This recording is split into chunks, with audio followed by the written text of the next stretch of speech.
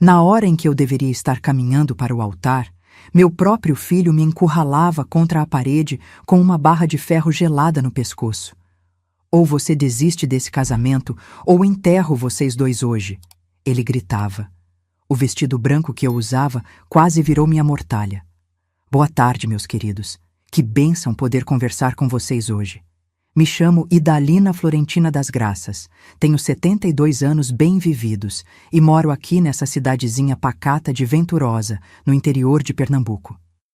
Nasci aqui mesmo, nesse cantinho do agreste pernambucano, e depois de muitas voltas pela vida, acabei voltando para fincar raiz de vez onde tudo começou.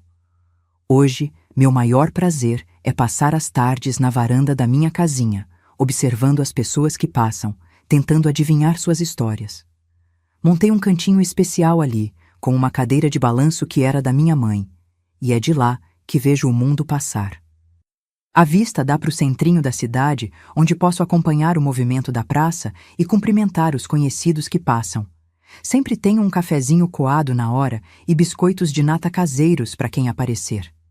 Sabe, eu sempre tive esse dom de entender as pessoas só de olhar para elas. É como se eu pudesse ler o que não está dito, sabe? Às vezes, alguém passa sorrindo, mas eu consigo ver a tristeza escondida nos olhos.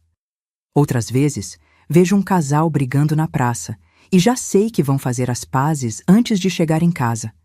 Acho que foi depois de tudo que passei na vida que desenvolvi essa sensibilidade.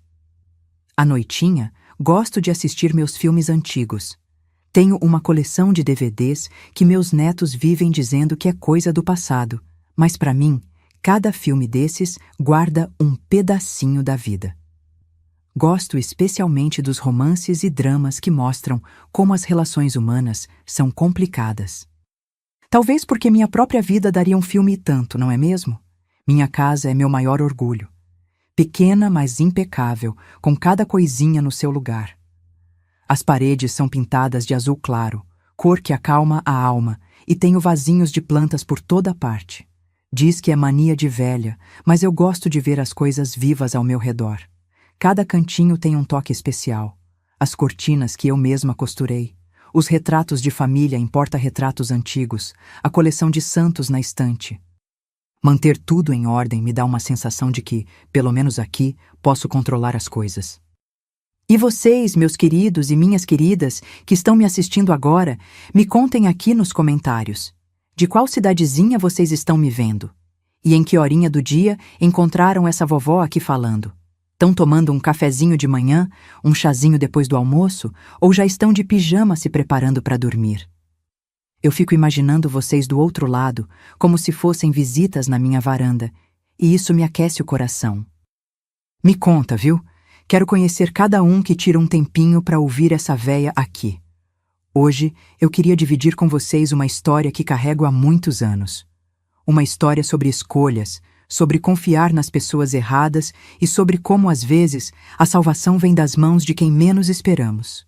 Não é fácil falar disso, mesmo depois de tanto tempo, mas talvez minha experiência possa ajudar alguém que esteja passando por algo parecido.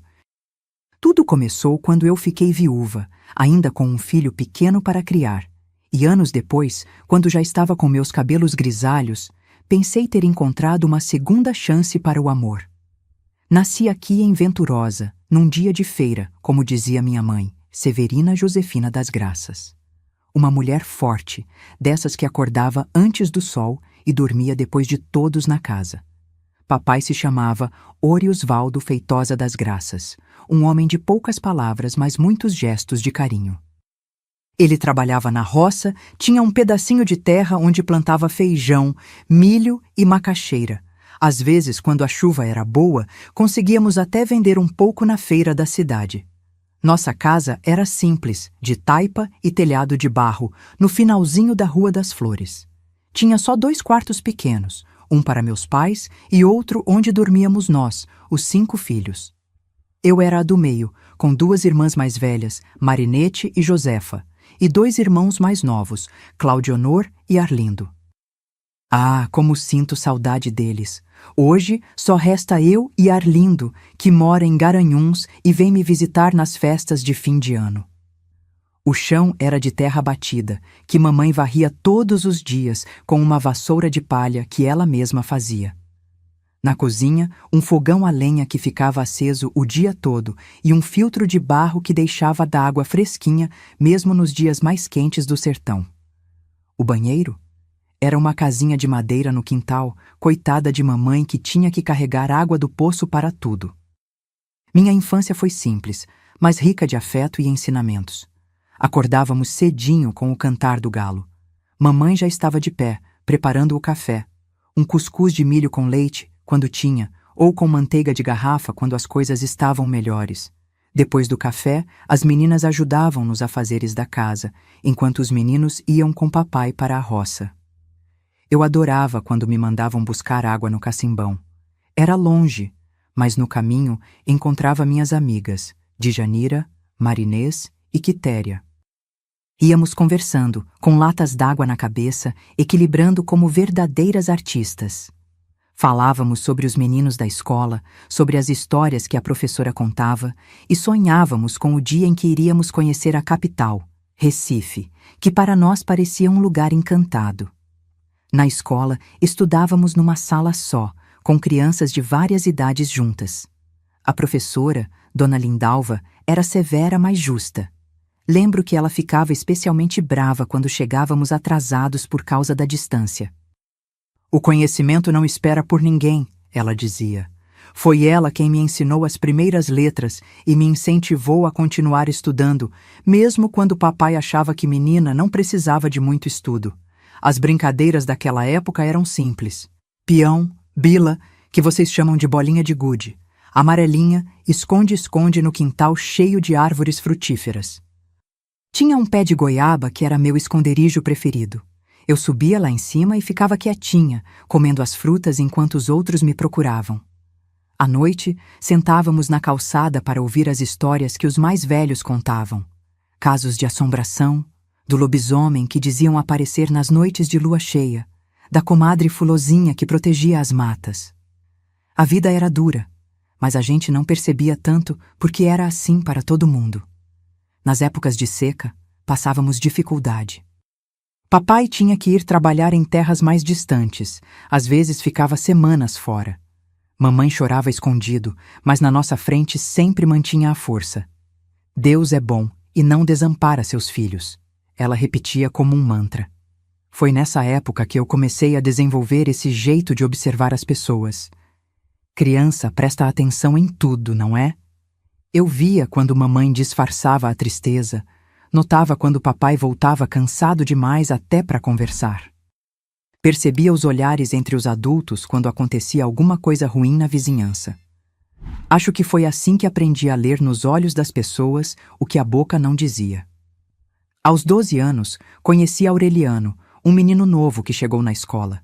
Era filho de um comerciante que veio de Caruaru tentar a sorte em Venturosa. Um menino diferente, de olhar doce e jeito educado. As outras meninas cochichavam, mas eu ficava calada, só observando. Um dia, ele me ofereceu um pedaço do bolo que trazia na marmita. Foi o começo de uma amizade que, anos depois, se transformaria em algo mais. Naquele tempo, já sonhava em ser professora como Dona Lindalva. Queria ensinar as crianças, mostrar para elas que existia um mundo maior além daquelas terras secas. Mamãe me apoiava no que podia. Às escondidas de papai, ela guardava uns trocados para comprar caderno e lápis para mim. Minha filha vai ser alguém na vida, ela dizia para a comadre dela. As festas da cidade eram os momentos mais esperados do ano. A festa de São João, com a fogueira alta, o forró tocando a noite toda e as comidas típicas, pamonha, canjica, milho assado. E a festa da padroeira, Nossa Senhora das Graças, em novembro, quando o pessoal de todas as cidades vizinhas vinha e a pracinha ficava cheia. Era quando víamos roupas diferentes, penteados novos e sonhávamos com uma vida menos dura. Quando completei 15 anos, papai permitiu que eu fosse ao baile da festa da padroeira. Usei um vestido costurado por mamãe, feito de um tecido que minha madrinha trouxe de Recife, azul clarinho, com uma faixa na cintura. Me sentia uma princesa. Foi nessa festa que dancei pela primeira vez com Aureliano, já um rapaz de 17 anos. Ele tinha crescido bonito, trabalhava com o pai na mercearia e tinha planos de estudar contabilidade. A vida seguia seu curso natural em Venturosa. Terminei os estudos que eram possíveis ali. Comecei a ajudar Dona Lindalva com as crianças menores. Aos 18 anos, me noivei com Aureliano. Mamãe chorou de alegria, papai fez cara de bravo, mas no fundo estava orgulhoso. Planejávamos nos casar quando ele voltasse de Recife, onde iria estudar por 2 anos. Mas o destino tinha outros planos para nós. Em 1972, uma seca terrível castigou nossa região. As plantações morreram, os animais definharam e muita gente teve que partir. Papai adoeceu, o trabalho pesado de uma vida inteira finalmente cobrando seu preço. Mamãe gastou o pouco que tínhamos guardado com remédios. Aureliano teve que adiar os estudos para ajudar a família, e eu comecei a trabalhar na casa do prefeito, como empregada doméstica. Foi então que conheci Nivaldo, um rapaz de Arco Verde que tinha vindo trabalhar como motorista do prefeito.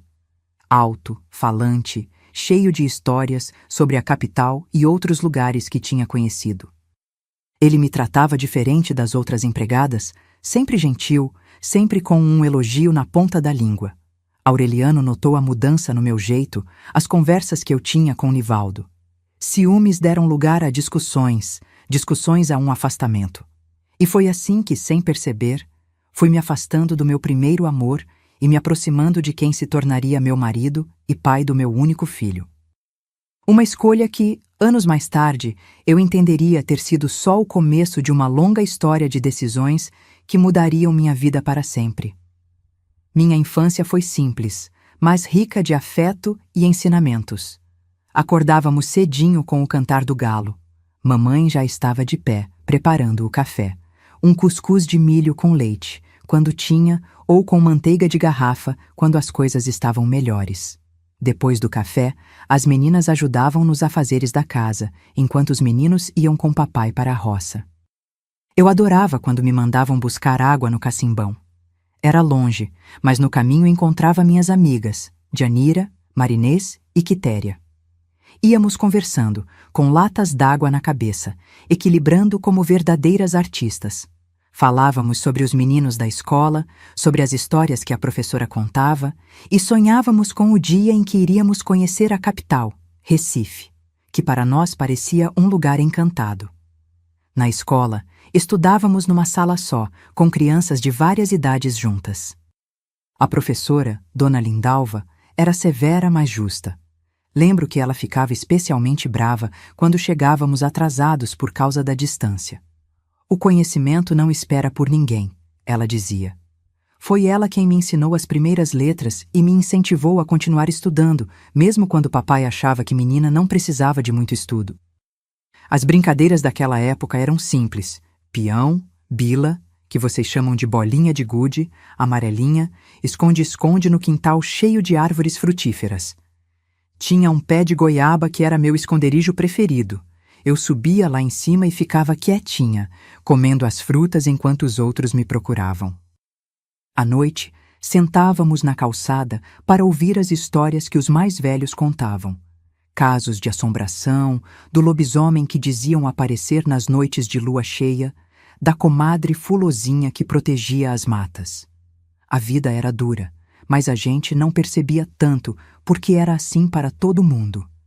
Nas épocas de seca, passávamos dificuldade. Papai tinha que ir trabalhar em terras mais distantes, às vezes ficava semanas fora. Mamãe chorava escondido, mas na nossa frente sempre mantinha a força. Deus é bom e não desampara seus filhos, ela repetia como um mantra. Foi nessa época que eu comecei a desenvolver esse jeito de observar as pessoas. Criança presta atenção em tudo, não é? Eu via quando mamãe disfarçava a tristeza, notava quando papai voltava cansado demais até para conversar. Percebia os olhares entre os adultos quando acontecia alguma coisa ruim na vizinhança. Acho que foi assim que aprendi a ler nos olhos das pessoas o que a boca não dizia. Aos 12 anos, conheci Aureliano, um menino novo que chegou na escola. era filho de um comerciante que veio de Caruaru tentar a sorte em Venturosa. Um menino diferente, de olhar doce e jeito educado. As outras meninas cochichavam, mas eu ficava calada, só observando. Um dia, ele me ofereceu um pedaço do bolo que trazia na marmita. Foi o começo de uma amizade que, anos depois, se transformaria em algo mais. Naquele tempo, já sonhava em ser professora como Dona Lindalva. Queria ensinar as crianças, mostrar para elas que existia um mundo maior, além daquelas terras secas. Mamãe me apoiava no que podia. Às escondidas de papai, ela guardava uns trocados para comprar caderno e lápis para mim. Minha filha vai ser alguém na vida, ela dizia para a comadre dela. As festas da cidade eram os momentos mais esperados do ano. A festa de São João, com a fogueira alta, o forró tocando a noite toda, e as comidas típicas, pamonha, canjica, milho assado. E a festa da padroeira, Nossa Senhora das Graças, em novembro, quando o pessoal de todas as cidades vizinhas vinha e a pracinha ficava cheia. Era quando víamos roupas diferentes, penteados novos e sonhávamos com uma vida menos dura. Quando completei 15 anos, papai permitiu que eu fosse ao baile da festa da padroeira. Usei um vestido costurado por mamãe, feito de um tecido que minha madrinha trouxe de Recife. Azul clarinho, com uma faixa na cintura. Me sentia uma princesa. Foi nessa festa que dancei pela primeira vez com Aureliano, já um rapaz de 17 anos. Ele tinha crescido bonito, trabalhava com o pai na mercearia e tinha planos de estudar contabilidade.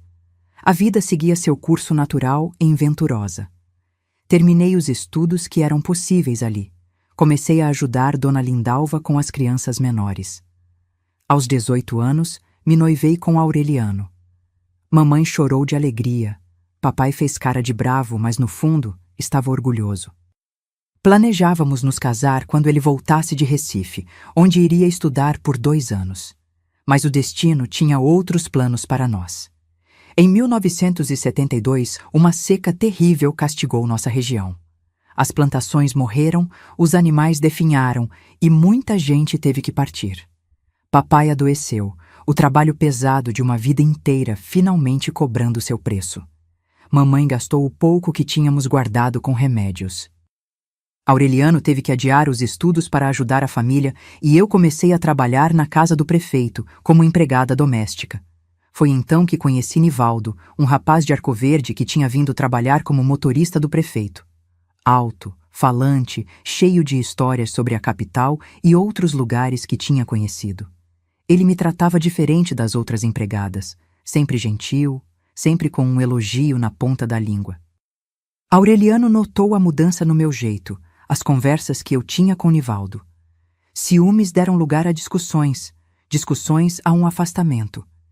E foi assim que, sem perceber, fui me afastando do meu primeiro amor e me aproximando de quem se tornaria meu marido e pai do meu único filho. Uma escolha que, anos mais tarde, eu entenderia ter sido só o começo de uma longa história de decisões que mudariam minha vida para sempre. Checkpoint de correção. Bloco 2 dados estabelecidos. Pais: Severina Josefina das Graças, mãe; Oriosvaldo Feitosa das Graças, pai. Irmãos: Marinete e Josefa, mais velhas; Claudionor e Arlindo, mais novos; primeiro amor: Aureliano, filho de comerciante de Caruaru; futuro marido: Nivaldo, motorista do prefeito de Arco Verde. Professora: Dona Lindalva. Amigas de infância: Janira, Marinês, Quitéria Casa da Infância, de Taipa, na Rua das Flores, em Venturosa Cronologia. Noivado aos 18 anos, Seca. De 1972. Trabalho: ajudante da professora, depois empregada na casa do prefeito, verificar banco de dados de exclusão. Confirmado que nenhum nome novo usado consta na lista de excluídos. Confirmado que cidades mencionadas, Garanhuns, Caruaru, Arco Verde, Recife, não constam na lista de excluídas. Adicionados mentalmente à lista de exclusão: Severina, Oriosvaldo, Marinete, Josefa, Claudionor, Arlindo, Djanira, Marinês, Quitéria, Lindalva, Aureliano, Nivaldo, Garanhuns, Caruaru, Arco Verde, Cronologia: infância em Venturosa, 0-12 anos. Conheceu Aureliano aos 12 anos. Festa dos 15 anos. Dançou com Aureliano noivado, com Aureliano aos 18 anos. Seca de 1972. Conheceu Nivaldo, futuro marido. Término com Aureliano. Aproximação de Nivaldo Geografia. Nasceu e cresceu em Venturosa, Pernambuco. Menções a cidades próximas: Garanhuns, irmão mora lá. Caruaru, origem de Aureliano. Arco Verde, origem de Nivaldo. Recife, capital. Detalhes da cidade: Rua das Flores, Praça, Igreja, Nossa Senhora das Graças. Elementos narrativos: estabeleceu o contexto socioeconômico da região. Agricultura de subsistência, seca. Incluiu elementos culturais regionais: cuscuz de milho, manteiga de garrafa, festa de São João, festa da padroeira. Desenvolveu características da protagonista, observadora de pessoas desde a infância. Contagem de palavras: aproximadamente 1.200 palavras. Adequada. Transição fluida para a vida adulta e conhecimento de Nivaldo. Alertas para próximos blocos. Desenvolver relacionamento com Nivaldo, que levará ao casamento. Esclarecer como e quando nasceu o filho, Tiago. Explicar a morte de Nivaldo, primeiro marido. Não repetir informações sobre a infância em Venturosa. Detalhar o período de viuvez com filho pequeno. Explicar como conheceu Arthur, segundo pretendente. Status: aprovado. Seguir para próximo bloco. Agora vou desenvolver o bloco 3, começo do clímax. Bloco 3, começo do clímax. Nivaldo entrou na minha vida como quem não quer nada e acabou levando tudo. Depois daquela seca terrível de 72, quando meu noivado com Aureliano desmoronou feito casa de taipa na chuva forte, aceitei o pedido de casamento do motorista do prefeito. Casamos numa cerimônia simples na igrejinha de Nossa Senhora das Graças.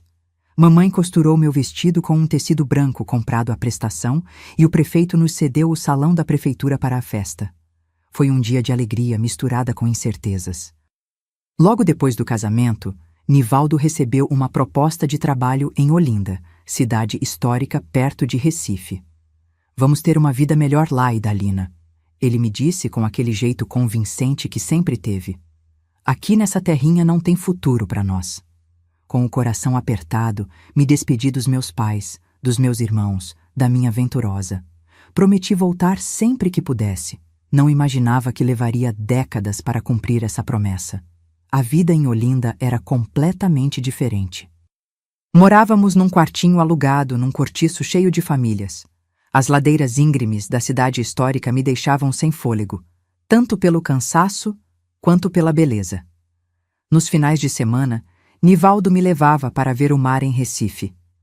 Eu, menina do interior que nunca tinha visto tanta água junta, me emocionava a cada visita. Era como se o mar lavasse as saudades de casa. Nos primeiros meses, tudo parecia um sonho. Nivaldo trabalhava como motorista particular de um empresário da construção civil e trazia sempre algum presentinho para mim: um batom, um lenço, uma pulseirinha barata. Eu arrumei trabalho como empregada na casa de uma família rica do Recife. Voltava tarde, de ônibus, cansada, mas satisfeita por estarmos construindo nossa vida juntos. Foi então que engravidei. Quando contei a Nivaldo, ele comemorou. Me rodou no ar ali mesmo, no meio da sala minúscula do nosso quartinho. Vai ser um menino forte como o pai, ele dizia, já planejando o futuro do filho que nem tinha nascido ainda. E foi mesmo um menino.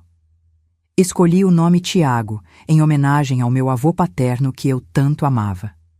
Tiago Florentino das Graças, nascido no Hospital da Restauração, em Recife, numa madrugada chuvosa de março de 1975. Com a chegada do bebê, nossa vida ficou mais apertada. Tive que deixar o trabalho por uns meses e o salário de Nivaldo mal dava para o aluguel e a comida. Foi nessa época que notei as primeiras mudanças nele. Chegava tarde, com cheiro de bebida. Quando eu perguntava onde estivera, se irritava, batia na mesa. Tô trabalhando dobrado para sustentar vocês, mulher, e ainda tenho que dar satisfação? Quando Tiago tinha 6 meses, voltei a trabalhar, agora como lavadeira para várias famílias do bairro. Deixava meu filhinho com uma vizinha, Dona Zuleide, uma senhora de idade que tinha perdido os filhos na enchente de 65 e tratava as crianças do cortiço como se fossem seus netos. Ela cobrava pouco e cuidava com amor. Vai trabalhar sossegada, minha filha, que o Tiaguinho tá em boas mãos. Foi nessa época que Nivaldo começou a sumir por dias. Dizia que estava fazendo viagens para o patrão, levando mercadorias para o interior. Voltava com dinheiro no bolso, mas cada vez mais distante, mais irritadiço. Certa noite acordei com barulhos na sala. Era ele, revirando as gavetas onde eu guardava o dinheirinho que conseguia economizar. Quando perguntei o que estava fazendo, ele me empurrou com força contra a parede. Cala essa boca, mulher. O dinheiro é meu, eu que sustento essa casa. Foi o primeiro empurrão de muitos que viriam. Aos poucos, aquele homem charmoso que me conquistou em Venturosa foi se transformando num estranho de olhar vazio e punhos pesados. As desculpas vinham sempre. Foi o cansaço, foi a bebida. Você me provocou. E eu, jovem, sozinha numa cidade grande, com um filho pequeno, acreditava que era só uma fase ruim, que ele mudaria. Tiago crescia bonito e esperto, a cara do pai, mas com um jeito observador que lembrava a mim. Desde pequeno, percebi que ele entendia mais do que uma criança deveria.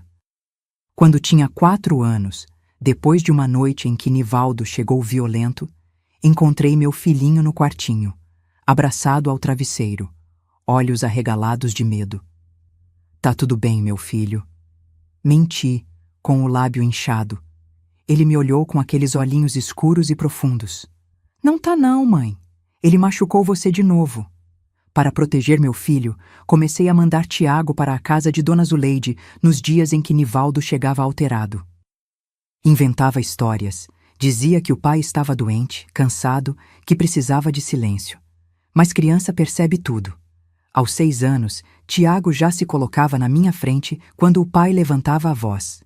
Deixa minha mãe em paz, gritava ele, pequenino mas corajoso como um adulto.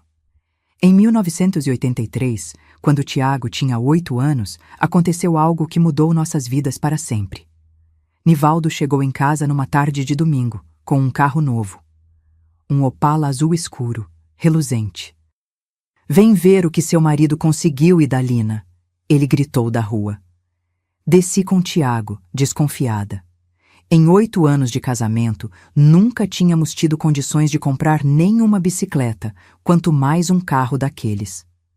De onde veio esse carro, Nivaldo? Perguntei, enquanto Tiago corria ao redor do veículo maravilhado. Ganhei do patrão, mulher. Promoção, agora sou supervisor de entregas, vou coordenar outros motoristas. A história não fazia sentido, mas aprendi a não questionar muito. Naquela noite, ele nos levou para jantar numa churrascaria no centro de Recife, a primeira vez que comíamos fora em anos. Nas semanas seguintes, a vida pareceu melhorar. Nivaldo trazia dinheiro para casa, falava em comprar um apartamento, em colocar Tiago numa escola particular. Chegava mais cedo, menos violento. Até me deu um conjunto de brincos e colar de ouro no meu aniversário. Quis acreditar que finalmente as coisas estavam se ajeitando para a nossa família. Numa quinta-feira, estava estendendo roupa no varal comunitário do cortiço, quando vi 2 homens de terno entrando no prédio. Perguntaram pelo Nivaldo do Opala azul. Meu coração gelou. Instinto de mulher que já viu muito sofrimento. Disse que não estava, que era meu marido. O que queriam com ele? Eles mostraram distintivos da polícia. Senhora, precisamos fazer algumas perguntas sobre as atividades do seu marido. Descobri naquela conversa terrível que Nivaldo não era mais motorista de empresário há quase 1 ano. Estava envolvido com transporte de mercadoria roubada, contrabando vindo do Paraguai e Deus sabe o que mais. O Opala azul tinha sido comprado com dinheiro sujo. Eu chorava, negava. Dizia que era um engano. Mas no fundo, eu sabia. Todos os sinais estavam lá, eu só não quis ver. Naquela noite, Nivaldo não voltou para casa. No dia seguinte, soube pelas notícias no rádio. Houve uma perseguição policial na BR-232. Um carro capotou, o motorista morreu na hora. Era ele. Morreu como viveu nos últimos anos, fugindo, escondendo, correndo riscos que acabaram custando sua vida. Me vi viúva aos 30 anos, com um filho de 8 para criar, sem dinheiro, sem família por perto, e com a vergonha de ser a mulher do contraventor. Os vizinhos cochichavam, algumas mães não deixavam mais seus filhos brincarem com Tiago. Tive que tirar meu menino da escola porque as outras crianças o chamavam de filho de ladrão. Naquela noite, sentada na beira da cama onde Tiago finalmente tinha pegado no sono, depois de chorar por horas a morte do pai, fiz uma promessa. Vou te dar uma vida digna, meu filho. Vamos recomeçar, só nós dois. Não sabia como, mas tinha certeza que faria qualquer coisa para proteger meu filho e lavar nossa reputação. Na manhã seguinte, fiz 2 malas com o pouco que tínhamos. Peguei o dinheiro que estava escondido no forro do colchão, economia de anos de trabalho duro que eu escondia de Nivaldo. Era pouco, mas daria para as passagens e para sobreviver algumas semanas. Peguei Tiago pela mão e fomos para a rodoviária. Não para Venturosa. A vergonha me impedia de voltar para minha terra natal como uma fracassada. Escolhi Caruaru, cidade grande o suficiente para recomeçarmos anônimos, perto o suficiente para eu me sentir em casa. "Para onde a gente tá indo, mãe?" perguntou Tiago, agarrado à minha saia, enquanto esperávamos o ônibus. "Para nossa vida nova, meu filho. Só nós dois contra o mundo." Ele apertou minha mão com aquela força e determinação que já mostravam o homem protetor que ele se tornaria. "Eu vou cuidar de você, mãe, prometo." O que eu não sabia é que essa promessa inocente de um menino de 8 anos se transformaria, anos mais tarde, numa proteção tão feroz que quase nos destruiria a ambos. Caruaru nos recebeu com o calor típico do agreste pernambucano e o movimento frenético de sua feira famosa. Alugamos um quartinho nos fundos da casa de Dona Efigênia, uma senhora viúva que ficou com pena de mim e do meu menino. "Mulher nova, com filho pequeno, precisa de ajuda", ela dizia. No início foi difícil. Lavava roupa para fora, fazia faxina em casas de família, vendia cocada na porta da feira nos fins de semana. Tiago, com seus 8 anos, já me ajudava como podia, carregando trouxas de roupa, entregando as cocadas. Consegui matricular Tiago numa escola pública, onde logo se destacou pela inteligência. "Seu filho é muito esperto, Dona Idalina", a professora me dizia. "Tem futuro." Aquelas palavras eram bálsamo para meu coração cansado. À noite, depois de um dia inteiro de trabalho, ainda encontrava forças para sentar com ele, verificar o caderno, incentivar os estudos. "É estudando que você vai ter uma vida melhor que a nossa, meu filho." Os anos em Caruaru foram de muito trabalho, mas também de reconstrução. Economizei centavo por centavo até conseguir alugar uma casinha simples no bairro do Salgado. Consegui emprego fixo como cozinheira num restaurante do centro. Tiago crescia forte e determinado. Na adolescência, começou a trabalhar depois da escola, entregando compras do mercadinho do bairro. Todo o dinheiro que ganhava, me entregava. "Guarda para nossa casa própria, mãe." Mas nem tudo eram flores. Conforme crescia, Tiago se tornava cada vez mais fechado, desconfiado de todos. Não fazia amigos com facilidade, não trazia colegas para casa. Quando tentei ter um ou outro namorado, ele fazia questão de espantar os pretendentes.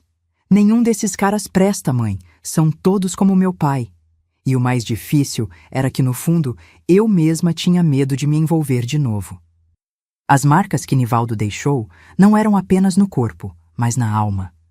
Quando Tiago completou 18 anos, em 1993, conseguiu uma vaga no Banco do Brasil através de concurso. Foi uma alegria imensa. Meu filho, funcionário público, com salário bom, plano de saúde, estabilidade. Tudo o que eu sonhei para ele. Naquele dia, chorei de felicidade. "Viu só, meu filho, valeu a pena todo o sacrifício." Com o emprego estável de Tiago e meu trabalho no restaurante, finalmente conseguimos comprar uma casinha própria, pequena mas nossa, no bairro do São Francisco. Tiago fazia questão de cuidar de tudo para mim. A senhora já trabalhou demais, mãe. Agora é minha vez de retribuir. Aos poucos, fui deixando que ele assumisse o controle das contas, das decisões. Era mais fácil assim, e eu estava cansada de ser o esteio da família. O tempo foi passando, e Tiago, já um homem de quase 30 anos, continuava solteiro, vivendo comigo. Quando eu tocava no assunto de namorada, casamento, ele desconversava. Já tenho você para cuidar, mãe. Não preciso de mais ninguém. Aquilo começou a me preocupar. Um filho tão apegado não era natural. Eu queria que ele tivesse sua própria família, sua própria vida, mas ao mesmo tempo me sentia segura com ele por perto. Em 2005, uma oportunidade surgiu no banco onde Tiago trabalhava. Uma transferência para Rio Verde, no Goiás. O salário seria melhor, as condições de trabalho também. Vou recusar, mãe. Não vou te deixar aqui sozinha. Pela primeira vez em muito tempo, bati o pé. Você vai sim, Tiago. É uma chance de crescer na carreira. Eu fico bem aqui, já estou acostumada com Caruaru. Após muita insistência, ele aceitou a transferência, mas com uma condição. Eu iria com ele. Vendemos nossa casinha em Caruaru e nos mudamos para Rio Verde, uma cidade diferente, longe de tudo que conhecíamos, mas com oportunidades novas. Tiago rapidamente se adaptou ao trabalho, eu nem tanto à cidade. Sentia falta de Pernambuco, do sotaque, da comida, das pessoas. Foi em Rio Verde, em 2010, quando eu já estava com 58 anos e Tiago com 35, que conheci Arthur Mendonça. Ele era cliente do banco onde Tiago trabalhava, um empresário do ramo de grãos, viúvo, cerca de 10 anos mais velho que eu. Começou com um bom dia na fila do supermercado, depois um café no domingo após a missa, e logo estávamos nos encontrando regularmente. Arthur era diferente de todos os homens que conheci. Gentil sem parecer falso, atencioso sem ser sufocante. Me tratava como uma rainha. Me levava para conhecer lugares que nunca imaginei visitar.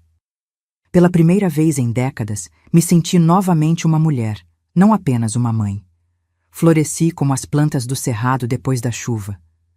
Quando contei a Tiago sobre Arthur, vi seu rosto mudar. Foi como se uma nuvem escura passasse por seus olhos. Quem é esse velho? O que ele quer com a senhora? A cada pergunta, sua voz ficava mais alterada. Tentei acalmá-lo, explicar que era apenas uma amizade, mas no fundo eu sabia que já era mais que isso. E Tiago também sabia. As semanas seguintes foram tensas. Tiago investigou a vida de Arthur por conta própria, procurou informações no banco, questionou conhecidos. Ele tem algo a esconder, mãe. Ninguém é tão perfeito assim. Quando eu saía com Arthur, Tiago ligava várias vezes. Inventava emergências para me fazer voltar para casa.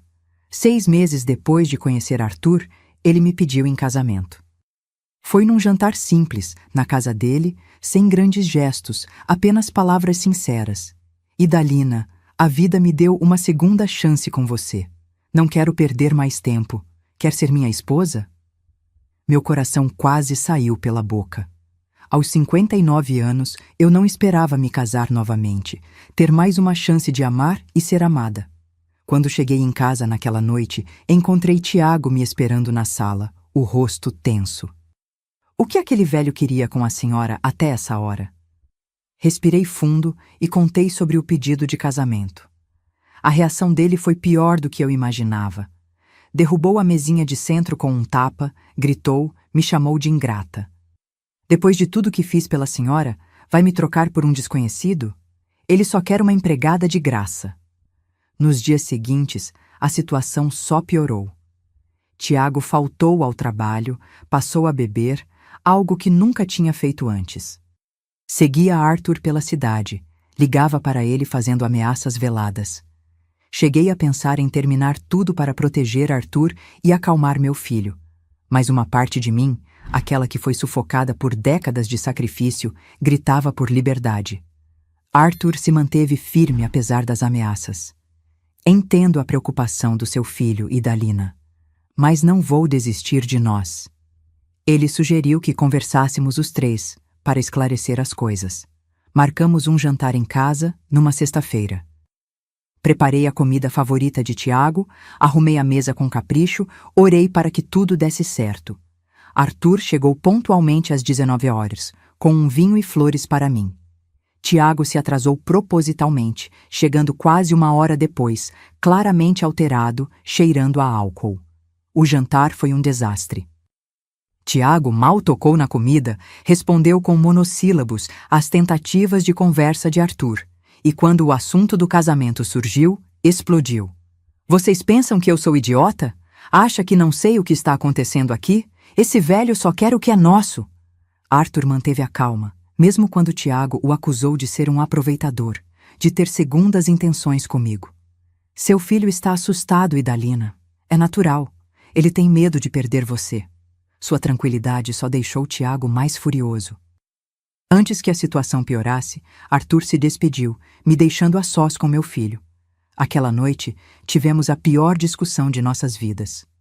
Ou ele ou eu, mãe. Escolha agora. Pela primeira vez, não cedi às exigências de Tiago. Filho, você terá sempre meu amor, mas não pode decidir minha vida. Vou me casar com Arthur. Ele saiu batendo a porta e não voltou para casa naquela noite. Na semana seguinte, Tiago pediu transferência de volta para Pernambuco, dessa vez para Recife. Se a senhora quer ficar com esse velho, fique, mas eu não vou assistir a isso. O apartamento que dividíamos era meu nome, comprado com o dinheiro da venda da nossa casa em Caruaru. Ele deixou claro que não queria nada, apenas se afastar. Foi como um punhal no meu peito, mas mantive minha decisão.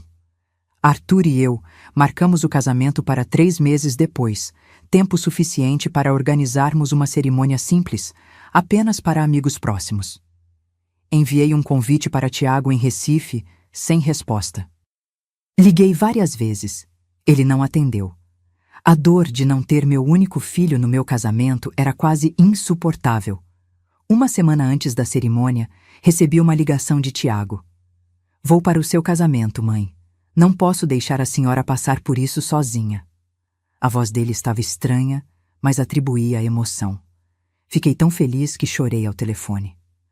Obrigada, meu filho. Isso significa o mundo para mim. Na véspera do casamento, Tiago chegou a Rio Verde. Estava abatido, mais magro, com olheiras profundas. Tentou sorrir, me abraçou, mas senti algo diferente nele. Está tudo bem, meu filho? Ele assentiu. Só cansado da viagem, mãe. Amanhã estarei melhor para a senhora. A manhã do meu casamento amanheceu ensolarada, como uma bênção dos céus. O vestido que escolhi era simples, azul claro, nada de branco ou véu. Afinal, aos 60 anos, queria algo elegante mas adequado. Arthur passaria para me buscar às 10 horas para irmos juntos à cerimônia civil, seguida de um almoço no restaurante favorito dele. Estava no meu quarto, terminando de me arrumar, quando Tiago bateu à porta. Ele tinha tomado banho, feito a barba, parecia mais calmo. A senhora está linda, mãe. Sorri, emocionada. Obrigada, filho. Significa muito ter você aqui hoje. Foi então que tudo mudou. Tiago trancou a porta do quarto, e quando se virou para mim, vi um olhar que não conhecia, algo selvagem, desesperado. Na mão, carregava uma barra de ferro que tinha arrancado da cortina do banheiro.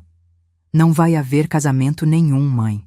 Não vou deixar aquele velho levar você de mim. Tentei acalmá-lo, dizer que ninguém estava me levando, que sempre seria mãe dele. Mas Tiago não ouvia mais. Todos esses anos cuidando da senhora, protegendo, e é assim que me retribui? Se casando com um estranho? Ele encostou a barra de ferro na parede, perto do meu rosto, me encurralando. Ou você desiste desse casamento agora, ou saio daqui e acabo com vocês dois. Meu coração disparou. O menino que jurou me proteger agora me ameaçava. O filho que eu criei com tanto amor agora me olhava com ódio. Naquele momento, entendi que havia criado não um protetor, mas um carcereiro. Por anos, permiti que Tiago controlasse minha vida, minhas decisões. Tudo em nome do amor maternal. Agora, era prisioneira desse amor distorcido. Você não entende, mãe? Aquele homem não é quem diz ser. Tiago gritava, pressionando a barra de ferro contra a parede. tão perto que eu sentia o metal frio quase tocar meu pescoço. O carregamento que ele está esperando no porto não é de soja. Aquela frase, dita no meio da loucura de Tiago, acendeu algo em minha mente. Do que você está falando, filho? Ele continuou, as palavras saindo descontroladas. Investigei ele, mãe. Documentos falsos, reuniões estranhas, contatos no exterior. Esse tal de Arthur não é empresário de grãos coisa nenhuma. Naquele momento terrível, encurralada pelo meu próprio filho, uma clareza tomou conta de mim. Era como se, pela primeira vez em décadas, eu pudesse ver além das camadas de amor maternal e enxergar a verdade. Tiago não estava apenas com ciúmes. Ele realmente acreditava ter descoberto algo sobre Arthur. Com o pouco de calma que consegui reunir, falei baixinho. Tiago, abaixa essa barra. Vamos conversar direito. Me conte o que descobriu. Ele hesitou, o metal tremendo em sua mão. A senhora vai me ouvir? Vai acreditar em mim? Assenti, e lentamente Tiago baixou a barra de ferro. Seus olhos ainda tinham aquela intensidade assustadora, mas pelo menos não estava mais me ameaçando diretamente. Ouvi conversas dele no banco, mãe. Ligações estranhas sobre um carregamento chegando no porto de Rio Grande. Documentos com valores que não batem com o que ele declara. Ele não é quem diz ser. Mesmo no meio daquele terror, uma parte de mim, aquela que aprendeu a sobreviver a Nivaldo, sabia que precisava ganhar tempo. Tudo bem, filho, você venceu. Vou cancelar o casamento. Tiago me olhou, desconfiado. Jura, mãe? Não vai se casar com ele? Fiz que sim com a cabeça.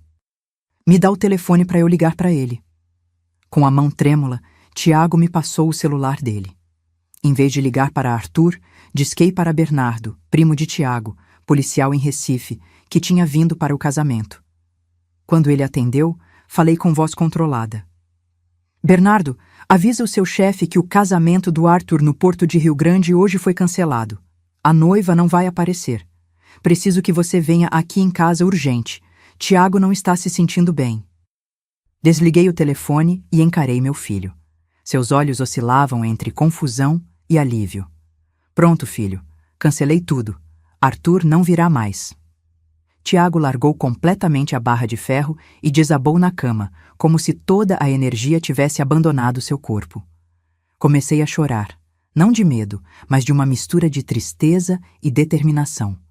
Meu filho precisava de ajuda, e Arthur precisava ser investigado. Bernardo chegou em 15 minutos, acompanhado de outro policial. Encontraram Tiago deitado, em estado quase catatônico, enquanto eu, ainda no vestido azul de noiva, explicava tudo em sussurros. Ele disse algo sobre carregamentos no porto, sobre Arthur não ser quem diz ser. Pode ser delírio, mas... Bernardo trocou olhares com o colega. Vamos verificar isso, tia. Enquanto isso, vamos levar Tiago para um hospital. Ele precisa de ajuda. Naquele momento, meu coração se partiu em 1000 pedaços, mas sabia que era o certo a fazer. Meu filho, meu protetor, meu carcereiro, precisava de cuidados que eu não podia mais dar. Cancelei oficialmente o casamento, alegando uma doença súbita na família. Arthur pareceu compreender. Disse que podíamos remarcar quando tudo estivesse bem. Sua compreensão só aumentou minha confusão. Seria ele realmente o homem bom que parecia, ou Tiago tinha razão? A resposta veio 3 dias depois, quando a polícia bateu à porta de Arthur. A denúncia cifrada que fiz através de Bernardo desencadeou uma investigação relâmpago. Descobriram que Arthur Mendonça era, na verdade, o ponto final de uma rede de tráfico de drogas que usava a exportação de grãos como fachada. O carregamento que chegaria ao Porto de Rio Grande continha cocaína escondida em sacas de soja. Quando a notícia estourou nos jornais locais, meu mundo desabou pela segunda vez. O homem que eu amava, que me tratava como uma rainha, que queria se casar comigo, era um criminoso. Exatamente como Nivaldo havia sido, só que mais sofisticado, mais perigoso. E meu filho, em seu desespero doentio, tinha visto o que eu, cegada pelo amor, não conseguia enxergar. Naquela noite, sentada sozinha no apartamento, com Tiago internado numa clínica psiquiátrica e Arthur preso, entendi uma verdade terrível. O ato violento do meu filho, embora indesculpável, tinha me salvado. Sua obsessão em me proteger, que eu tanto tentei combater, acabou me livrando de um destino que poderia ter sido trágico. As lágrimas que derramei naquela noite não eram apenas de dor ou alívio, mas de um entendimento profundo e amargo. Às vezes, nossas maiores bênçãos vêm disfarçadas de nossas maiores maldições. A prisão de Arthur virou notícia em toda Rio Verde. Empresário de grãos preso em operação contra tráfico internacional. Estampavam os jornais. E eu, que seria a noiva, virei assunto das fofocas locais. A velha que ia casar com o traficante, diziam pelas minhas costas quando eu passava na rua. Já não bastasse a dor de ter sido enganada por quem amava, ainda tinha que carregar a vergonha pública. Mas nada disso se comparava à angústia de ter meu filho internado. Tiago estava numa clínica psiquiátrica em Goiânia, diagnosticado com transtorno obsessivo e surto psicótico.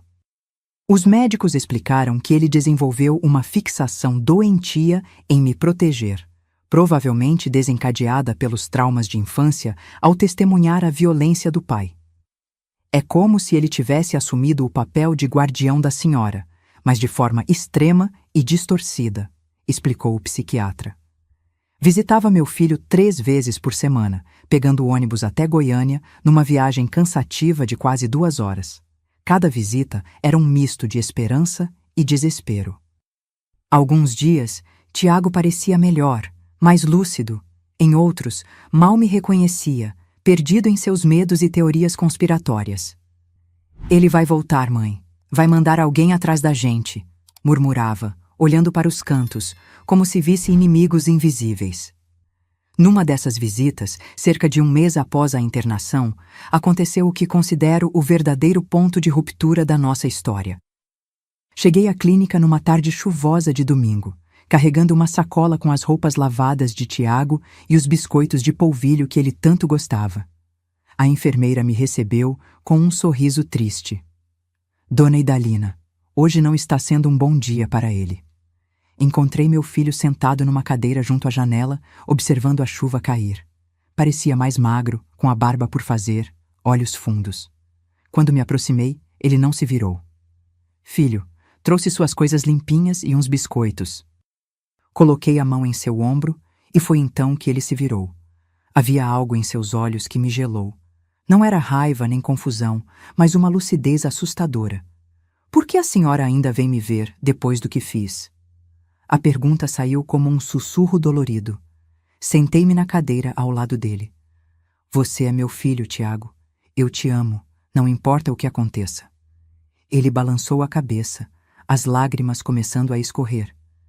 Eu machuquei a senhora, ameacei com uma barra de ferro. Sua voz falhou.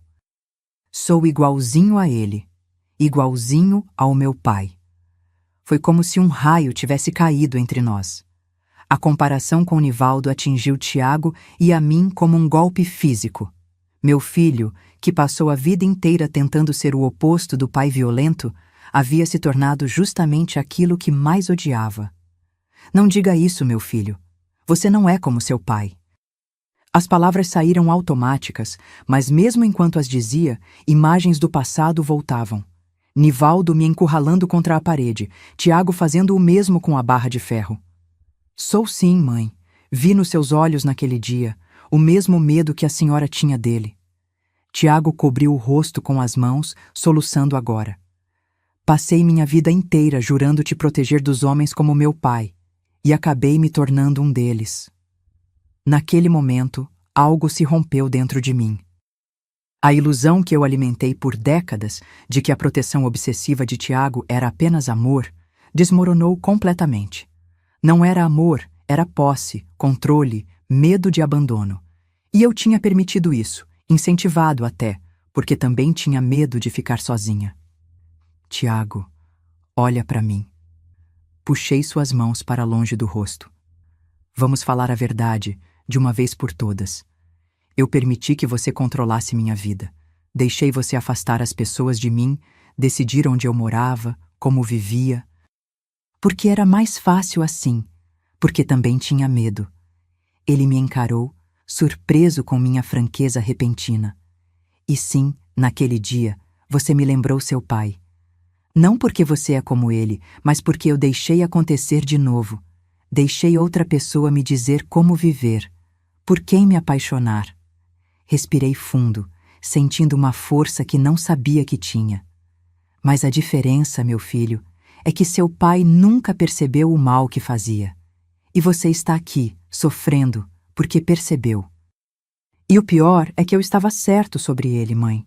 Arthur era mesmo um bandido. A voz de Tiago saiu amarga. Mesmo assim, o que eu fiz não tem perdão. Você estava certo sobre Arthur, sim. E isso salvou minha vida, provavelmente. Mas o jeito como fez...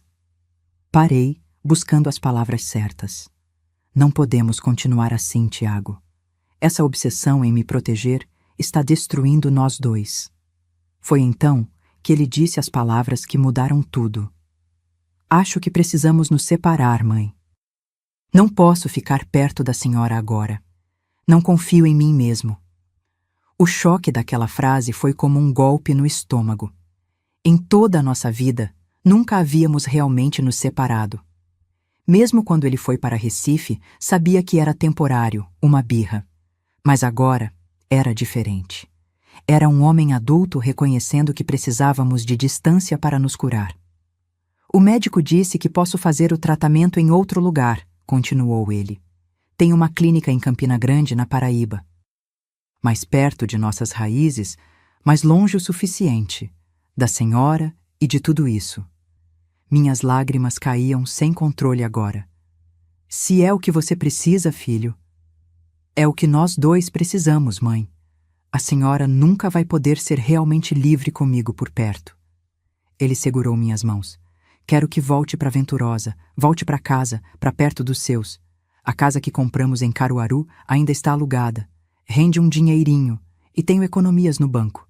Não posso aceitar seu dinheiro, filho. Pode sim. Eu devo isso à senhora. Uma chance de recomeçar longe de mim, da minha loucura. Naquela noite, deitada sozinha no apartamento em Rio Verde, tive um sonho vivido. Estava em Venturosa, na casa da minha infância. Mamãe preparava café na cozinha, papai chegava da roça. Eu era criança de novo, sem os pesos e as marcas da vida. No sonho, ouvi mamãe dizer algo que ela sempre repetia. Tudo tem seu tempo debaixo do céu, minha filha. Tempo de plantar e tempo de colher. Tempo de chorar e tempo de sorrir de novo. Acordei com o rosto molhado de lágrimas, mas com uma clareza que não sentia há anos.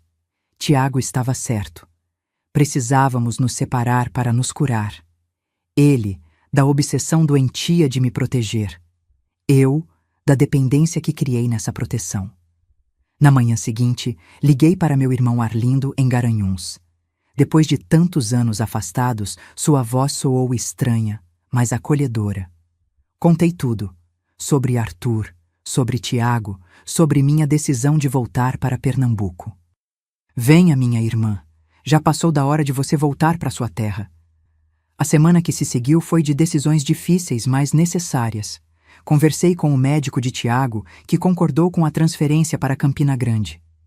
Será bom para ele estar mais perto das raízes, mas com a distância terapêutica da senhora. Resolvi questões práticas. Vendi alguns móveis, encerrei o contrato de aluguel, organizei a papelada para a transferência do tratamento de Tiago. A última visita à clínica foi a mais dolorosa. Tiago estava mais lúcido, havia começado a reagir bem à medicação. Sentamos no jardim, sob a sombra de uma mangueira, como tantas vezes fizemos em Caruaru. Mãe, antes da senhora ir, preciso falar uma coisa. Tiago parecia nervoso, as mãos inquietas no colo. Aquele dia, com a barra de ferro, eu realmente achei que estava te protegendo. Na minha cabeça estava salvando a senhora de outro Nivaldo. Eu sei, filho, segurei sua mão. Você sempre quis me proteger desde pequeno. Mas não era só isso. Ele evitou meu olhar. Era medo também. Medo de ficar sozinho, de perder a senhora para outra pessoa, como se a senhora fosse minha propriedade. A voz dele falhou. É doentio, não é? É humano, filho. Todos temos nossos medos. A diferença é como lidamos com eles. Apertei sua mão. Estou orgulhosa de você por reconhecer isso. Quando estava lá no quarto, com aquela barra de ferro, algo estourou dentro de mim. Foi como se eu pudesse me ver de fora, agindo igual ao meu pai. Fiquei horrorizado comigo mesmo. Ele finalmente me encarou, os olhos vermelhos. Eu poderia ter machucado a senhora de verdade. Mas não machucou, filho. E agora estamos aqui tentando consertar as coisas. A parte mais louca é que eu realmente tinha descoberto coisas sobre o Arthur. Documentos estranhos no banco, telefonemas suspeitos. Tentei te avisar de forma normal no início, mas a senhora não acreditou. Aí fui ficando desesperado. Esse detalhe sempre me perturbou. Como eu, que me orgulhava de entender as pessoas, não vi os sinais com Arthur?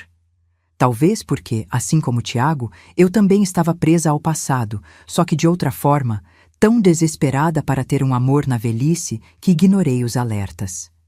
Filho, acho que nós dois precisamos aprender a confiar de novo, em nós mesmos primeiro, depois nos outros.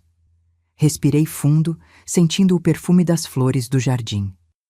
Você vai se tratar em Campina Grande, eu vou recomeçar em Venturosa, e quando for a hora certa, nos encontramos de novo. A senhora acha mesmo que um dia vou ficar bom? Que vamos poder ter uma relação normal? A esperança na voz dele quase quebrou meu coração. Tenho certeza, meu filho, porque você é forte, sempre foi. Sorri entre lágrimas, mais forte até do que imagina. Nos abraçamos longamente, como se tentássemos guardar um pouco um do outro para os dias solitários que viriam. Quando nos separamos, Tiago segurou meu rosto entre as mãos, como fazia quando era criança. Me perdoa, mãe. Por tudo? Só se você me perdoar também, por não ter percebido antes, por ter deixado chegar a esse ponto. Estamos quites, então. Ele sorriu de leve, o primeiro sorriso verdadeiro em meses. Quando me levantei para ir embora, Tiago segurou meu pulso por um momento. Mãe, quando a senhora chegar em Venturosa, planta um pé de pitanga no quintal para mim, como aquele que tinha na casa da vovó. Planto sim, filho. E quando você vier me visitar, já vai ter pitanga madura esperando por você. Saí da clínica sentindo uma mistura de dor e libertação. Era como se estivesse aos 60 anos finalmente cortando o cordão umbilical. Não apenas para libertar meu filho, mas para me libertar também. A estrada à frente seria difícil para nós dois, mas pela primeira vez em muito tempo senti que estávamos na direção certa. 3 dias depois, com 2 malas contendo o que sobrou de uma vida inteira, embarquei no ônibus para Pernambuco. Enquanto o veículo deixava Goiás, olhei pela janela as vastidões do cerrado se estendendo até o horizonte. Tantas voltas que a vida dá. Saí de Venturosa menina, passei por Olinda, Recife, Caruaru, Rio Verde e agora, velha, voltava para onde tudo começou. Durante a longa viagem, tive tempo para pensar em tudo o que havia acontecido. Como uma mulher que sempre se orgulhou de ler, as pessoas não percebeu que estava criando um filho emocionalmente dependente. Como não viu sinais de que Arthur não era quem dizia ser? Talvez porque, no fundo, eu também estava presa em padrões doentios de relacionamento, repetindo com meu filho e com Arthur os mesmos erros que cometi com Nivaldo.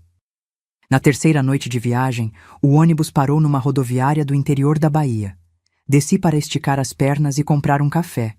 Estava na fila da lanchonete quando uma senhora idosa, provavelmente na casa dos 80 anos, aproximou-se de mim. A senhora está voltando para casa, não é? Ela sorriu, mostrando as falhas nos dentes. Surpresa com a abordagem, apenas assenti. Dá para ver nos olhos. Tem um brilho diferente quando a gente está voltando para o lugar de onde nunca deveria ter saído. Ela apertou meu braço gentilmente. Vai dar tudo certo, filha. A gente sempre pode começar de novo, não importa a idade.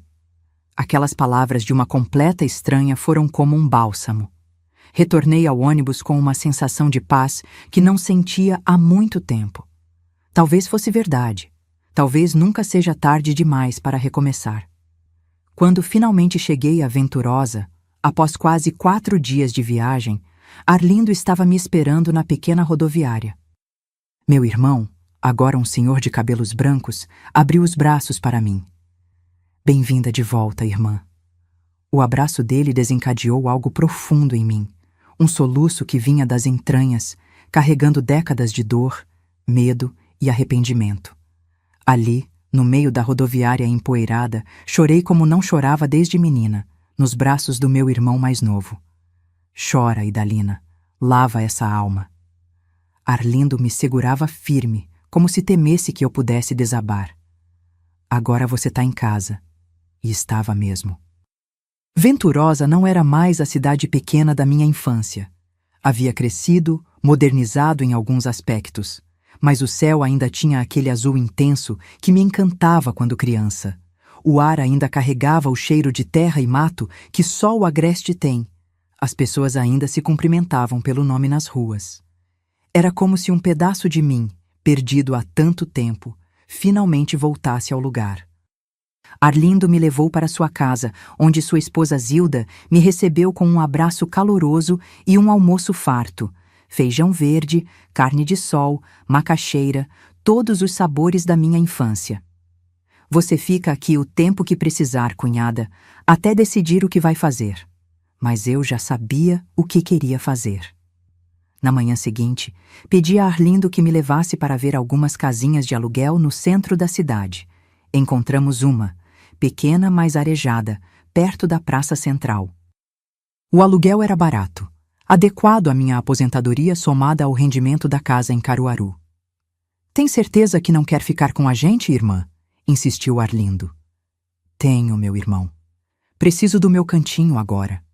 Preciso aprender a viver sozinha, pela primeira vez na vida.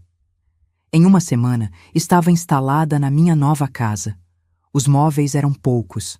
Uma cama, um guarda-roupa, uma mesa com 4 cadeiras, um sofá simples, mas cada peça foi escolhida por mim, colocada onde eu queria. Aquele espaço pequeno era o primeiro na vida que era verdadeiramente meu, não compartilhado com pai, marido ou filho.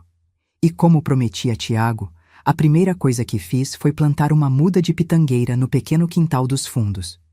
Enquanto cavava a terra, sentia como se estivesse plantando não apenas uma árvore, mas também a esperança de um futuro em que meu filho e eu pudéssemos ter uma relação saudável, baseada em amor verdadeiro, não em dependência e controle.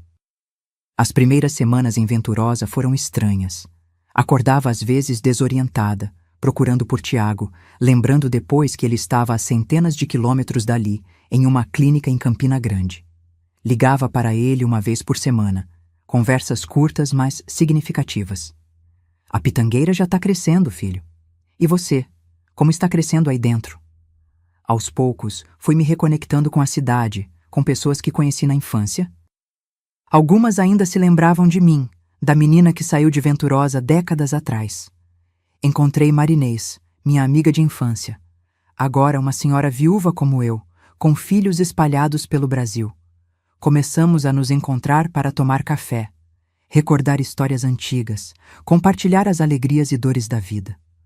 Foi Marinês quem me levou à igreja de Nossa Senhora das Graças, onde encontrei um grupo de mulheres que se reunia semanalmente para fazer trabalhos manuais e de caridade. Não sabia costurar bem como elas, mas ofereci o que sabia, cozinhar. Comecei a fazer bolos e biscoitos para os bazares beneficentes, para as famílias necessitadas da região. No meu aniversário de 61 anos, 6 meses depois de chegar à Venturosa, recebi uma ligação inesperada. Era o médico de Tiago. Dona Idalina, seu filho está tendo uma evolução surpreendente. Ele pediu permissão para visitá-la no fim de semana. A senhora se sente preparada para isso? Meu coração disparou. Ele pode vir, doutor? Clinicamente, acredito que sim. Ele está estável, medicado corretamente e tem demonstrado insights significativos sobre seus comportamentos passados. Mas a decisão final é da senhora.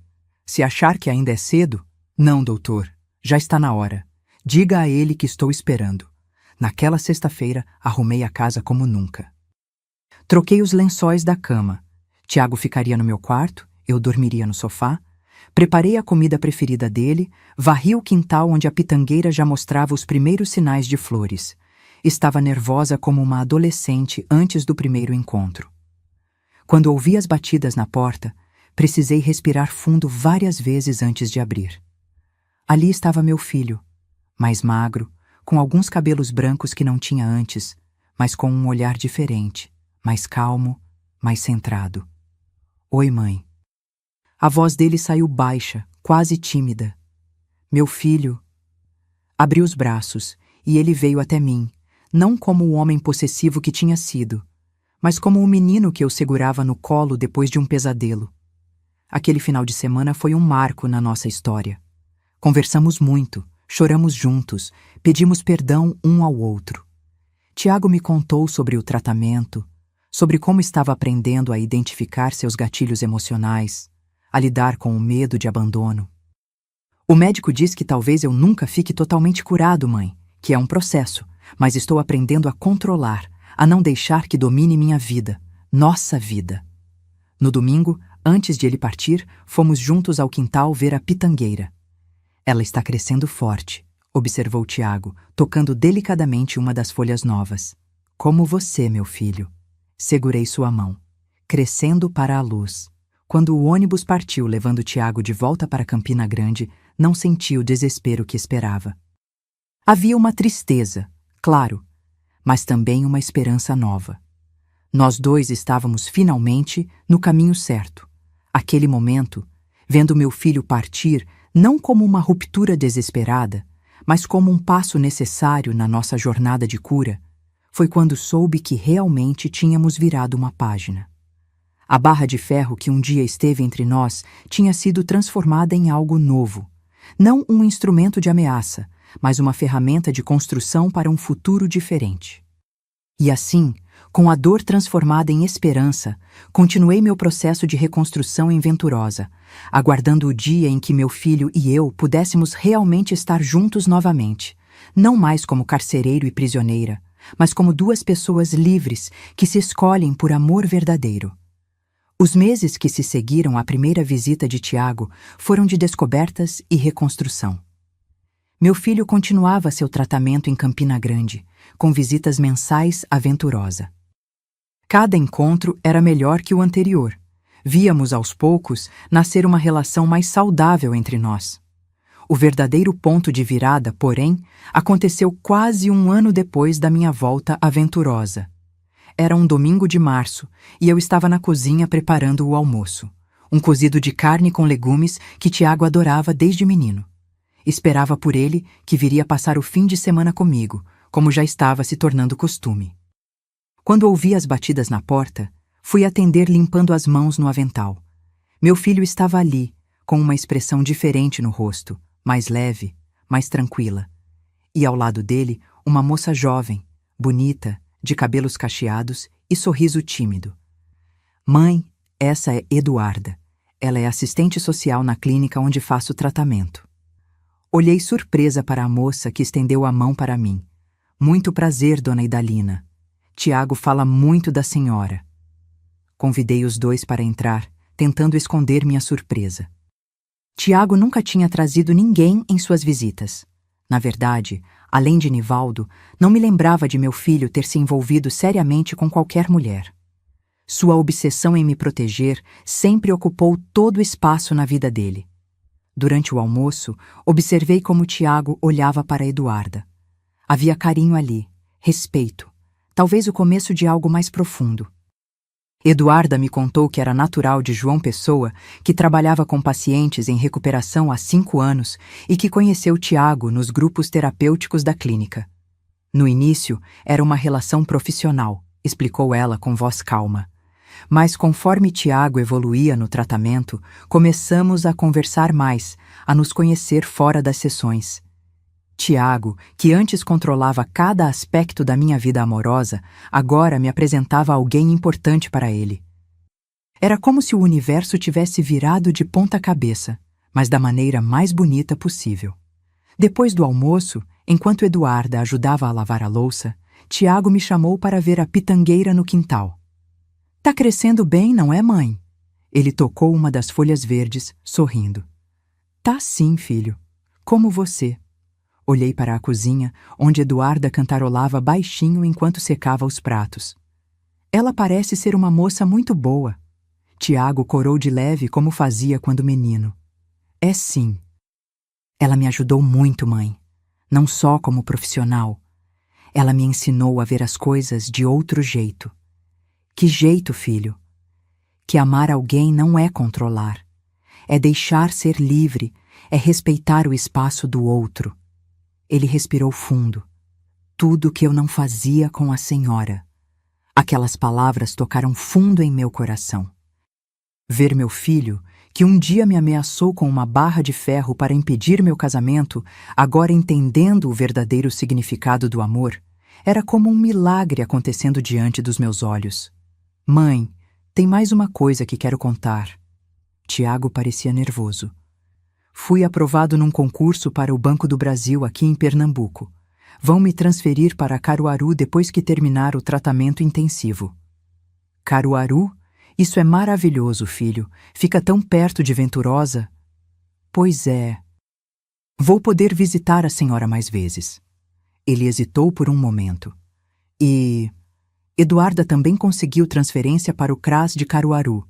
Nós estamos pensando em morar juntos.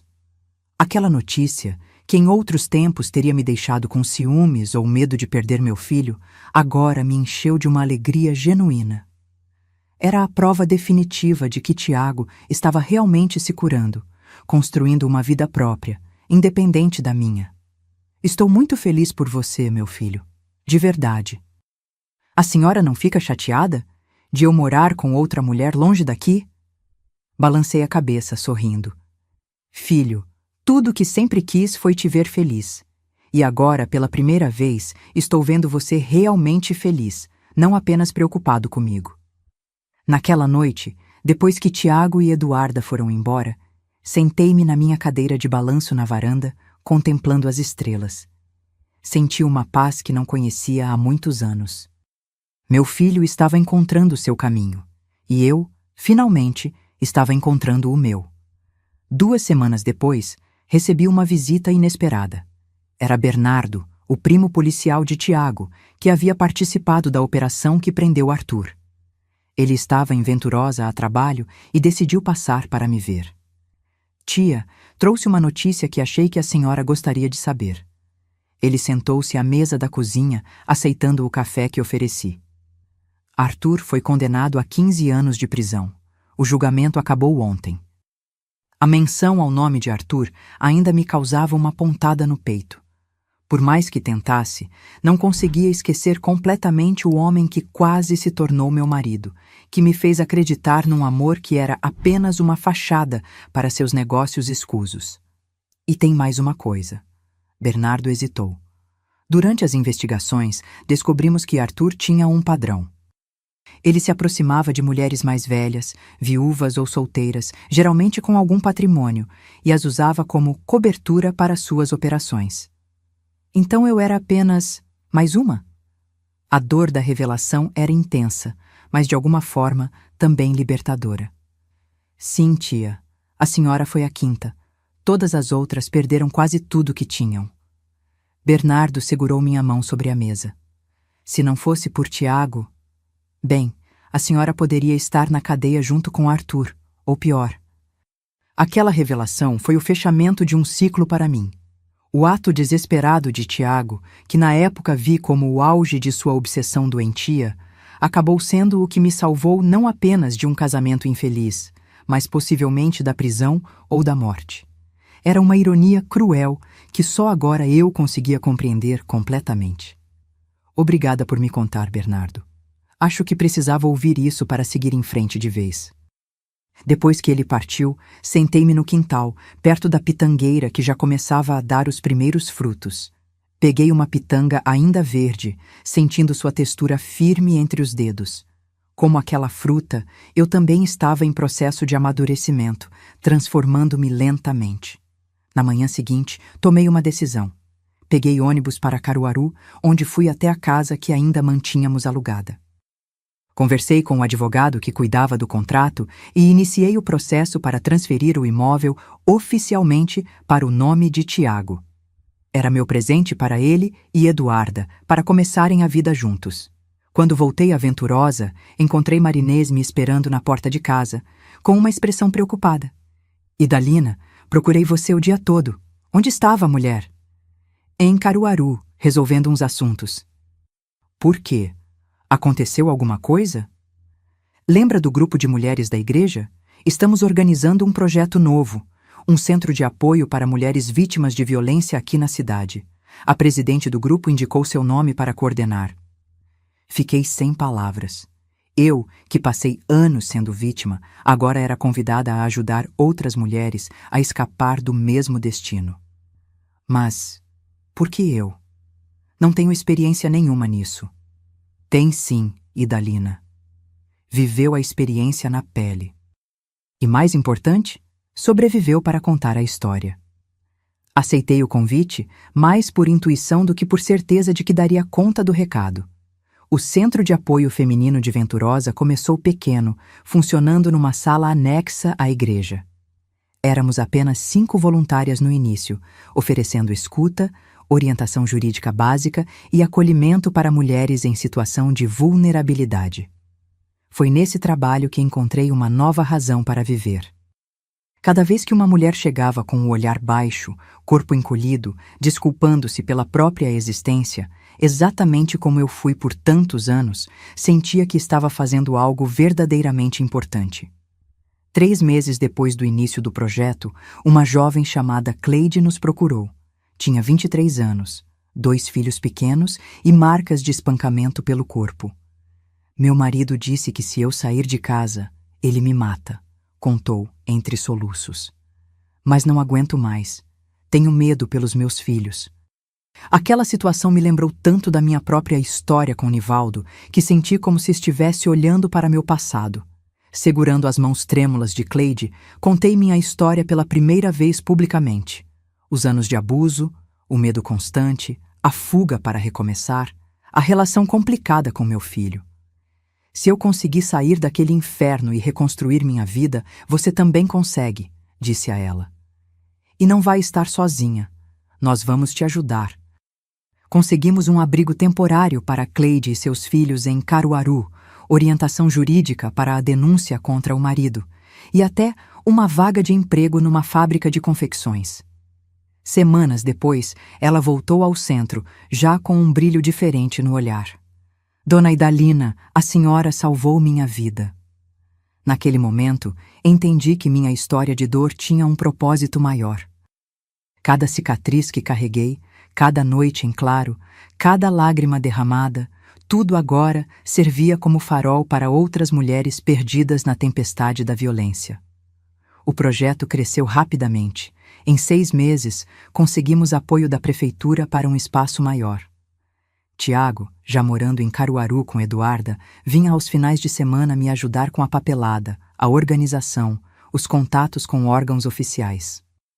Ver meu filho usando seu conhecimento bancário para ajudar mulheres vulneráveis era uma alegria que nunca imaginei vivenciar.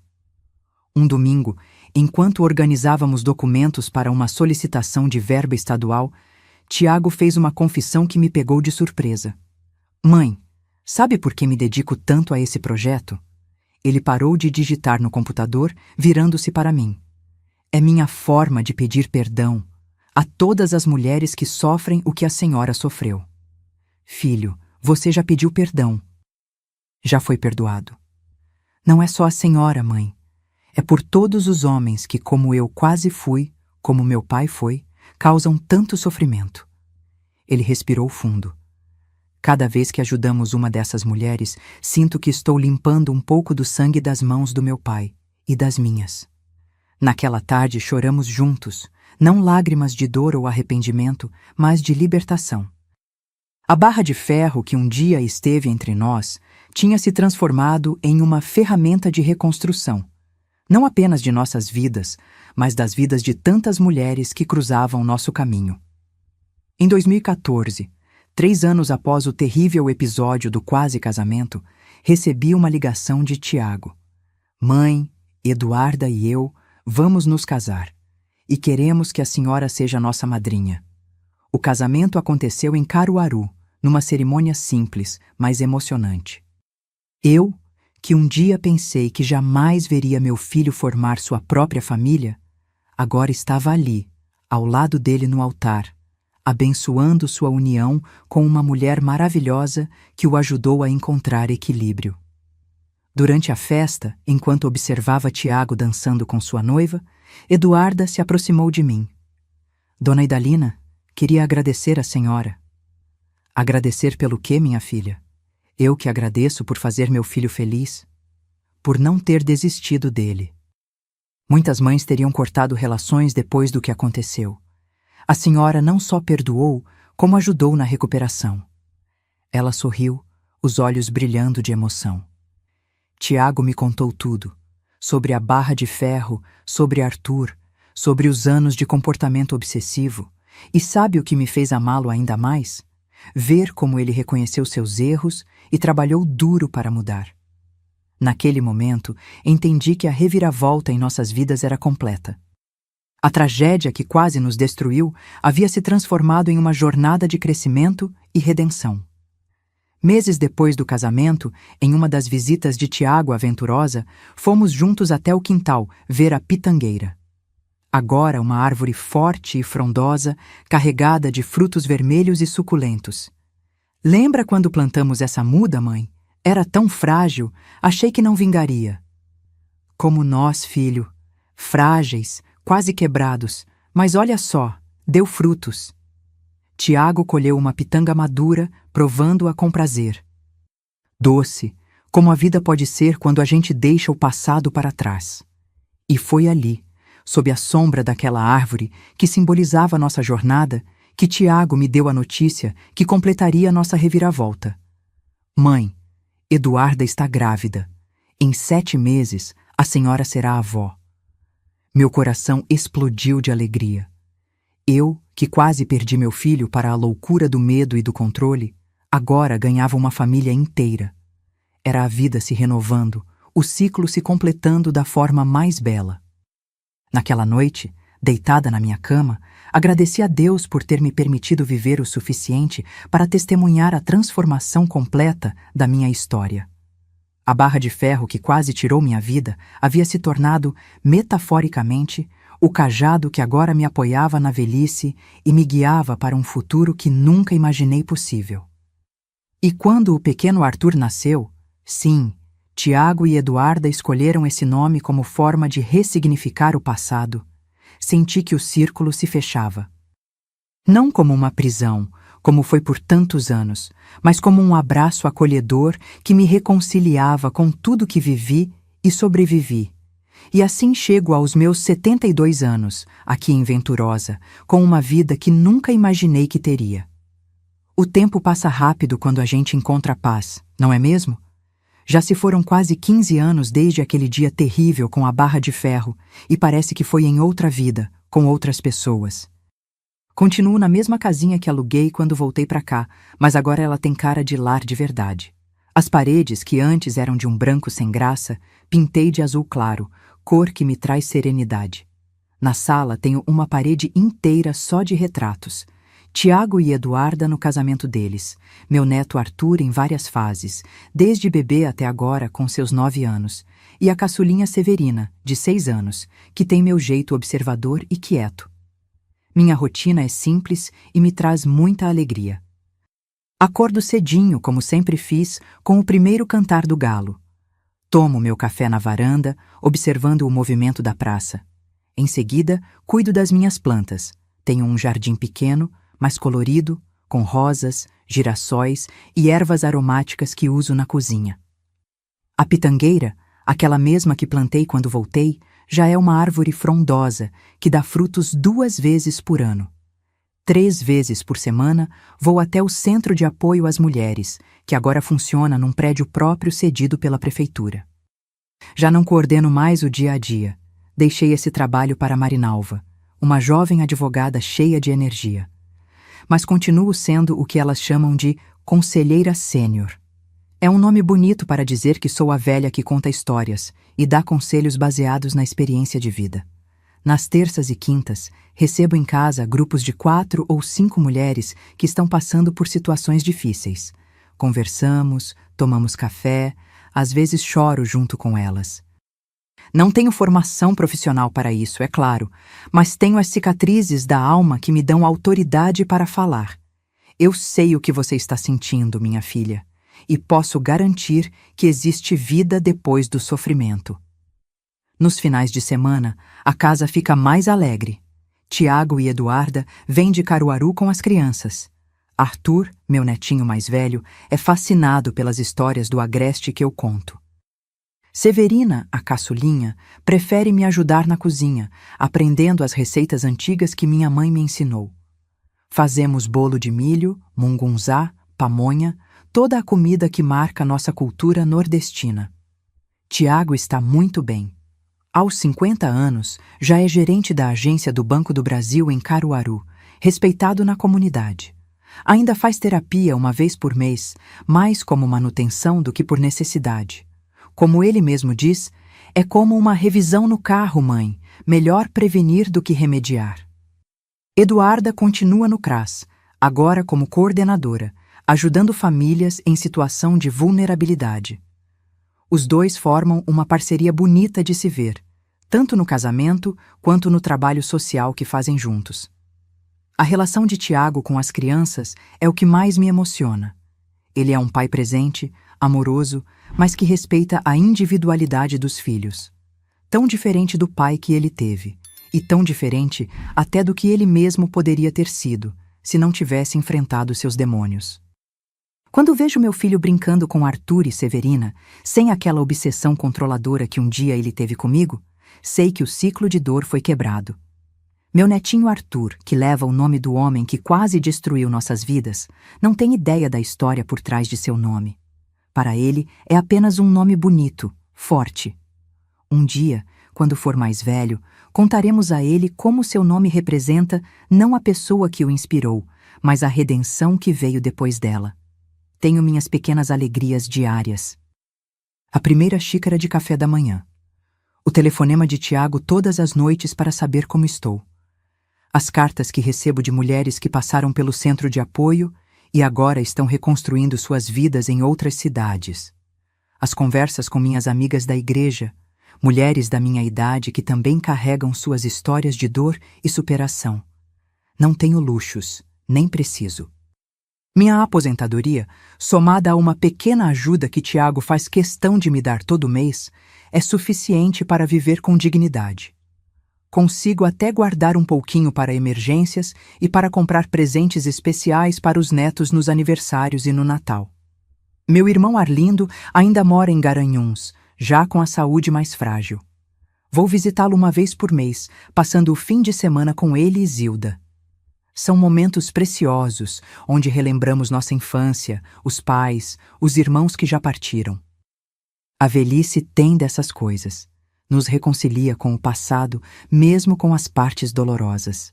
Há 3 anos, recebi uma notícia inesperada. Arthur Mendonça, o homem que quase se tornou meu marido, havia morrido na prisão. A informação veio através de Bernardo, que continua na polícia e sempre mantém contato. Confesso que não senti nada, nem alegria, nem tristeza, nem alívio. Era como se aquela história pertencesse a outra pessoa, não a mim. Apenas agradeci a Bernardo pela informação e continuei meu dia normalmente. Aquele capítulo já estava fechado há muito tempo. Às vezes, sentada na minha varanda nas tardes de domingo, observo a vida passar e me pergunto como seria se tivesse tomado outros caminhos. Se tivesse permanecido em Caruaru em vez de seguir Tiago para Rio Verde. Se tivesse me casado com Arthur, ignorando os alertas de meu filho. Provavelmente não estaria aqui para contar essa história. Talvez estivesse na prisão, ou pior. É estranho pensar que o momento mais terrível da minha vida, ser ameaçada pelo próprio filho, acabou sendo o que me salvou. Recentemente, comecei um pequeno projeto pessoal. Estou escrevendo minhas memórias num caderno para deixar para meus netos. Não é um trabalho organizado como um livro. São apenas histórias, reflexões, conselhos. Quero que eles saibam de onde vieram, as dificuldades que sua avó e seu pai enfrentaram para que eles pudessem ter a vida tranquila que têm hoje. Quero que entendam que a força que corre nas veias deles foi forjada no sofrimento, mas também no amor e na superação. No centro de apoio, criei um ritual com as mulheres que conseguem sair de situações de violência. Levamos uma muda de planta, geralmente uma flor resistente como dama da noite ou 11 horas, para que plantem em suas novas casas. Essa planta, digo a elas, vai crescer junto com sua nova vida. Cada flor que abrir será um lembrete de que você também pode florescer depois da tempestade. No mês passado, uma dessas mulheres, Josefa, voltou ao centro 5 anos depois de ter passado por lá. Trouxe nos braços uma dama da noite adulta, cheia de flores. Dona Idalina, minha planta ficou tão grande que precisei replantar. Trouxe um galho para a senhora, para que outras mulheres possam ter a mesma chance que eu tive. Naquele momento, chorei como há muito não chorava. Era a confirmação de que o trabalho que fazemos tem sentido, tem continuidade. Minha saúde, graças a Deus, ainda é boa para uma senhora de 72 anos. Tenho pressão alta controlada com remédios, uma artritezinha chata nos dias de chuva e a vista já não é mais a mesma. Uso óculos para ler e costurar. Mas ainda caminho todos os dias até a praça. Ainda cozinho meus próprios alimentos, ainda cuido da casa sem precisar de ajuda. Tiago sempre insiste que eu deveria ter alguém para me ajudar, mas gosto de fazer as coisas do meu jeito, no meu tempo. As noites são o momento mais solitário, não vou negar. Quando todos os afazeres estão resolvidos, quando a casa está em silêncio, às vezes a memória traz de volta os momentos difíceis. Lembro de Nivaldo, de suas mãos violentas. Lembro de Tiago, encurralando-me com a barra de ferro. Lembro de Arthur, de seu sorriso falso que escondia tantas mentiras.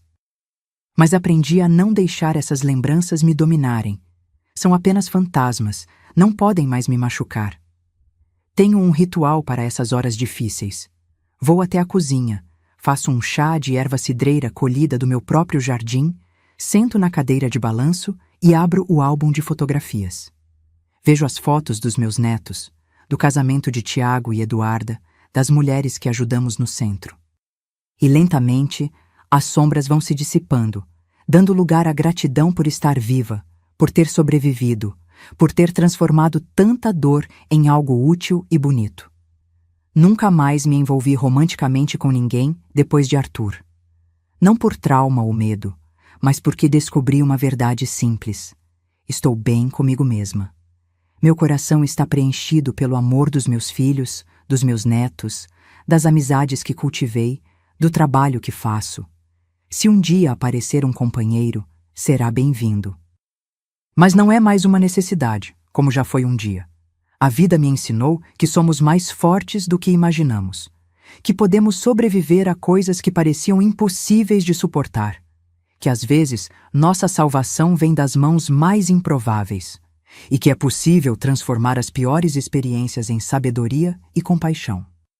Quando olho para trás, para a menina que saiu de Venturosa, para a jovem que suportou um casamento abusivo, para a mãe que criou um filho sozinha, para a mulher madura que quase caiu na armadilha de outro homem perigoso, para a senhora que voltou às raízes para se curar, vejo uma linha contínua de aprendizado e crescimento, e tenho orgulho dessa jornada com todas as suas cicatrizes. Hoje, sentada na minha varanda em Venturosa, observando o pôr do sol pintar o céu de laranja e rosa, posso finalmente dizer que encontrei a paz. Não é uma paz perfeita ou constante. A vida real não funciona assim. É uma paz que convive com a dor das lembranças, com as preocupações cotidianas, com a consciência da própria mortalidade. Mas é genuína, é minha e foi duramente conquistada. E quando meus netos perguntam como consegui chegar até aqui, respondo com uma frase simples que virou meu lema de vida. A gente não escolhe todas as tempestades que enfrenta, mas pode escolher como sairá delas, afogada ou nadando até a praia. Eu escolhi nadar. E aqui estou, na praia da minha velhice, olhando para o horizonte com a certeza de que, apesar de tudo, valeu a pena. Meus queridos, cheguei até aqui depois de muita luta. A história que contei não é só minha. É de tantas mulheres que vivem presas em relacionamentos que machucam a alma. Aprendi que a idade não define nossa força. Aos 60 anos, quando muitos pensam que a vida está acabando, descobri que a minha apenas começava. Minhas rugas são mapas de sobrevivência, cada uma conta uma história de dor superada. A vida me ensinou que até na escuridão mais profunda, nossa luz interior nunca se apaga. Mesmo nos meus dias mais escuros, quando Nivaldo me agredia, quando meu próprio filho me encurralou com aquela barra de ferro, havia uma centelha de esperança que se recusava a morrer. Descobri que somos mais fortes do que imaginamos, especialmente quando pensamos que não aguentamos mais. O ser humano é como a caatinga, parece morrer na seca, mas basta uma chuvinha para renascer. Minha história não é sobre o que fizeram comigo, mas sobre como escolhi responder. Eu e Tiago poderíamos ter nos tornado pessoas amargas, perpetuando o ciclo de violência. Em vez disso, escolhemos a cura, o perdão, a transformação. O abuso deixa cicatrizes invisíveis, mas podemos florescer mesmo depois da tempestade. Como minha pitangueira que plantei ao voltar para a Venturosa, que começou frágil e hoje dá sombra e frutos. Se você está passando por uma situação de abuso, busque ajuda. O primeiro passo é o mais difícil, mas é também o mais importante. Lembre-se, você não está sozinha. Sua história ainda tem muitos capítulos para serem escritos, e você é a autora principal dela. Peço de coração que se inscrevam no canal e ativem o sininho. Cada história compartilhada aqui pode ser a luz que alguém precisa para encontrar o caminho de saída. E se essa história tocou seu coração, deixe nos comentários a palavra recomeço. É uma palavra poderosa que carrega tudo que aprendi nesses 72 anos, que sempre podemos começar de novo, não importa o que aconteceu antes. Faça isso agora. Sua mensagem pode ser o abraço que alguém precisa nesse exato momento. Daqui da minha varanda em Venturosa, contemplando minha pitangueira que cresceu junto com minha libertação, envio a cada um meu abraço de vovó. Que encontrem força nos dias difíceis e paz no coração, mesmo nas tempestades da vida.